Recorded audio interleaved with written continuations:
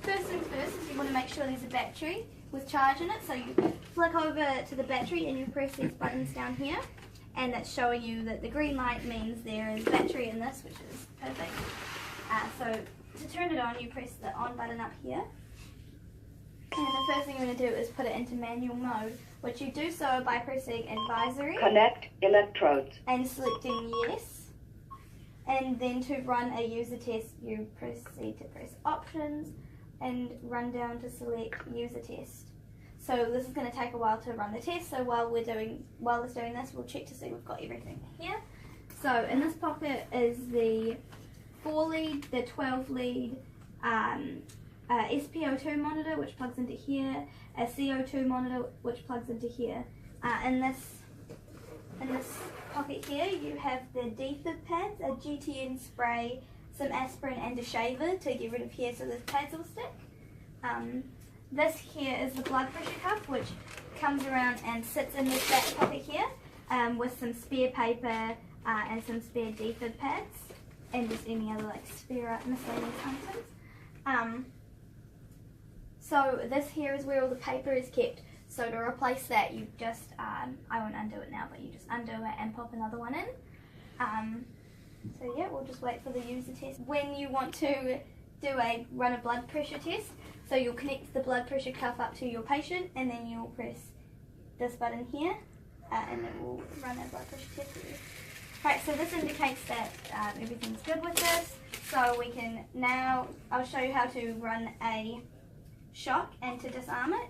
So we're not going to be shocking anyone actually today, but what we will do is put it into a test load. So you'd hook up your defib pads to a patient, or in this case we'll put it in our test load, and then to charge you press charge and shock. So this is it loading up the shock, and then to administer the shock when this is fully charged you press shock. So now the shock has been delivered, and now I'll show you how to disarm the shock. So pressing charge and it's charging up a shock.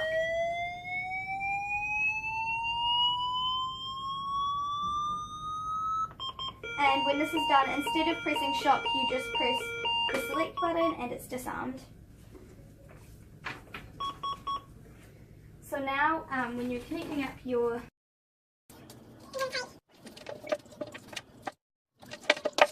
nicely stored leads, and so left arm you'll put by your patient's left arm. Then you take right arm, put that by their right arm, and then left lung is going on their left lung. I mean, left leg is going on their left leg, and right leg will go down here. And so, to change the size of the ECG, you press size and then you can use the dial to select your appropriate size.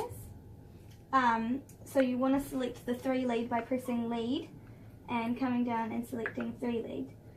So now we can see Joe's ECGs. To print out a copy of this, you'll press the print button.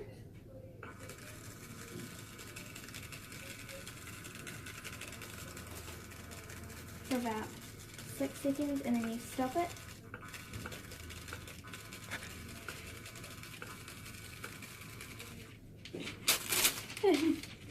There you have a copy of his ECG, and that's how you use the life pack. You want to make sure that the ventilation kit is working. You take your bag valve and your reservoir bag, and to make sure the reservoir bag has no cracks or anything like that, you attach it to this end of the bag valve and you just pump it up like so, and yep, that looks good, it's pumping up well. So next thing you want to do to set it up is you put your reservoir bag on the end of the bag valve, and then you want to put your filter on, and then after your filter is your ventilation mask, and then you want to hook up the oxygen tubing to the bottom by the reservoir bag, and then the other end is hooked up to your oxygen bottle which you've checked. Then to turn it on, you just switch on oxygen, putting it on your desired flow rate. So for this video I'm going to show you how to use and test the oxygen bottle. So this is the regulator knob which you use in conjunction with the bottle of oxygen. So what you want to do first is check the Bodac seal, which is a little seal in here. You take it off and make sure that there's no damage to the seal or anything like that. This one's good, so you put it back on and you make sure it's all sealed nicely. And the next thing you do now is there are two little prongs and the oxygen bottle has two little holes, so you want to line these up together to put it on, making sure they click into place, and then you turn the thumb dial, ensuring that it is tight and stable. So to turn this on, you switch this little knob anti-clockwise just a little bit, and you watch the dial jump up here, which indicates that there is compressed air in this bottle. And then to expel air, you turn the dial here, the numbers on it indicating how many litres of oxygen per minute are being released. So to turn it off, you switch this back to 0, turn the knob clockwise, and then to expel all the leftover air in here, you just switch it on and let all the air run out. So then you unscrew the thumb dial and take it off like so. You want to make sure that whenever you're storing the oxygen bottle, you're placing it on its side, and that the oxygen is not leaking, as that is a fire hazard. Hi, didn't see you there, sorry. Okay, so for today I'm going to show you how to test and use a suction. First thing you want to do is examine to see if there is a battery in, which we can see here, so that's a good start. Next thing you want to do is examine the tubing. You want to make sure that there are no damages, cracks, holes or anything like this along the tubing that could affect it working properly. This one's good, so you want to look at all the seals as well, checking for damage, making sure they're all sealed properly, and these are good. So next thing you want to do is you want to switch it all the way on and press the tubing while holding down the test button, and if this stops, then that means the suction is working properly, like so. You're just switching it off. So when you're doing your suction, you want to make sure you're only going into the patient as far as you can see, suctioning only on the way out, making sure you go in circular motions and you suck on the way out by placing your thumb over the hole. You want to do this for a maximum of 10 seconds. So the complications that this can cause is it can cause soft tissue damage, it may induce vomiting, it can cause laryngospasms and hypoxia. You want to make sure your patient is in a lateral position towards you. And the contraindications for this is that you should never do it in a moving vehicle, and your patient should always be in a stable position when doing so. So I'm just going to demonstrate this for you right now.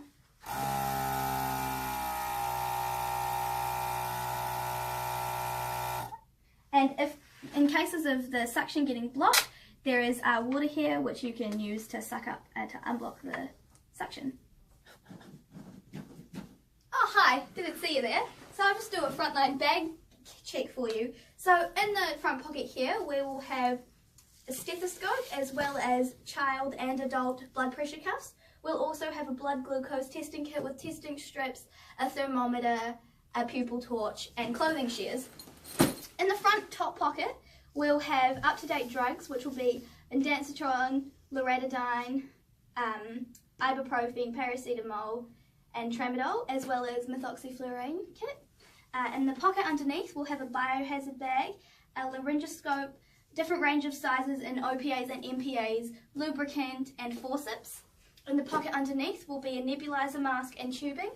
In the pocket next to it we'll have salbutamol, ipratropium and adrenaline. And so in the base of the kit we have a towel, a IV roll, an LMA kit, and we have both a pediatric and adult ventilation kits. Each of those kits will have ventilation masks, ventilation bag, oxygen tubing, PEEP valve filter, and reservoir masks, different sizes. We'll also have a sharps container in the base along with a litre of saline solution, some slippery SAMs, cardboard and plastic splints, as well as a neck brace. In the outside pocket up here we will have ethyl chloride spray, emesis bag, an N95 mask and a spine lanyard. In the pocket next to it we'll have glucose, glucagon, a drawing up needle and a syringe and a giving set. And now on the outside pocket over here, we have bandages, triangle bandages, crepe bandages, tape, gauze strips, saline ampules, steri strips, a tourniquet, and combine dressings. And that's what we have in our frontline kit. So a 50-year-old man who's collapsed on his morning run in the park at about 6 in the morning. So there's lots of light, not too many bystanders around. It's just in a grass field, easy access close to the roads. We're about 15 minutes away from the nearest hospital, and there are no sort of obstacles around us that will be hazardous. And we've got our PPE gear on to protect us. And yeah, so do you feel safe to proceed? Yes. Awesome. Hello sir, my name's Tahlia. Can you hear me? Hello sir, hello. So he's not responding to my voice or the pain, so I'm going to check his breathing by opening his airways. No obvious obstruction, so I'm going to look, listen and feel for 10 seconds, looking at the chest to see any rising.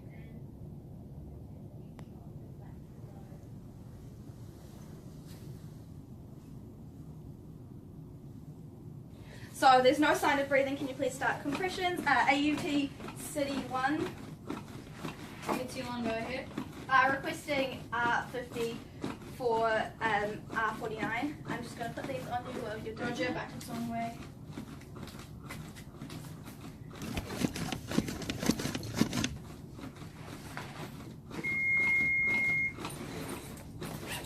Analyzing heart rhythm. Setting up the Touch the AED. patient.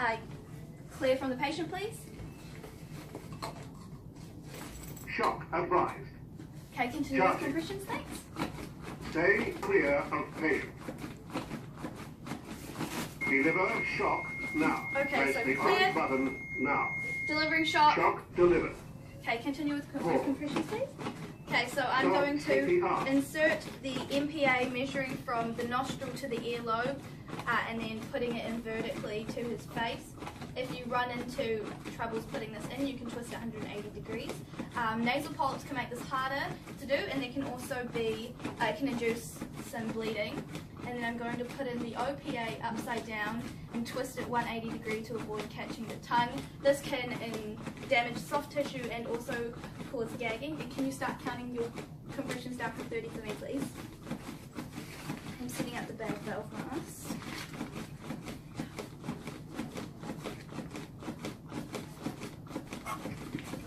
1, 2, 3, 4, 5, 6, 7, 8, 9, 30.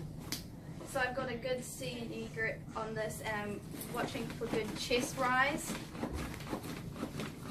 Putting this oxygen on no less than 10 litres per minute. 1, 2, 3, 4, 25, 26, 27, 28, 29, 30. So I'm only squeezing the bag 1/3 of the depth to avoid gastric inflation. Complications can also include a rise in thoracic pressure.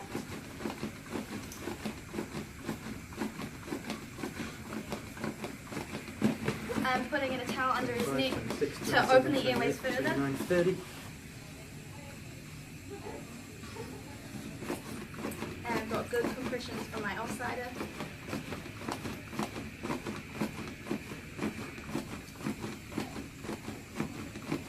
One, 2, 3, 4, 25, 26, 27, 28, 29, 30.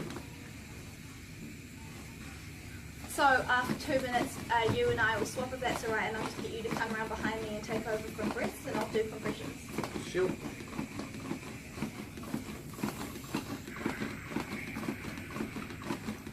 Five, 4, 3, 2. Stop CPR. Analyzing heart rhythm. Stay clear of patient. If I could get you to count my compressions for me. Analyzing heart rhythm. No shock advised. Pause. If needed, start CPR. So I'm going to do this at about 100 compressions per minute, 100 to 120, making sure to go at least 2 inches in depth. We're doing it at a ratio of 30 compressions to 2 breaths. 5, 4, 3, 2, 1. And making sure not to be off compressions for longer than 4 seconds.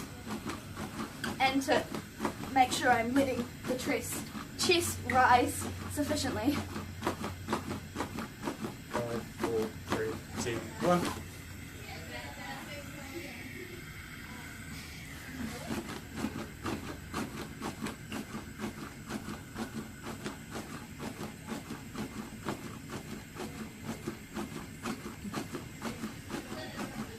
Four, 3, 2, 1. So we'll keep doing this until the patient either regains consciousness or our backup gets here. And then ICP can assist.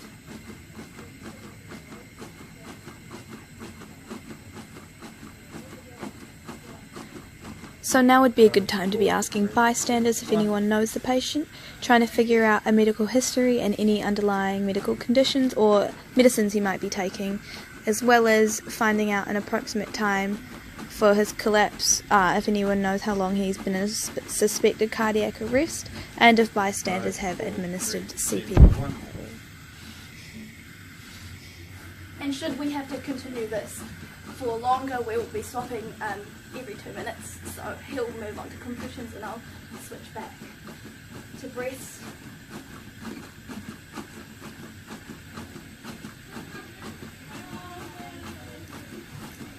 Five, 4, 3, 2, 1.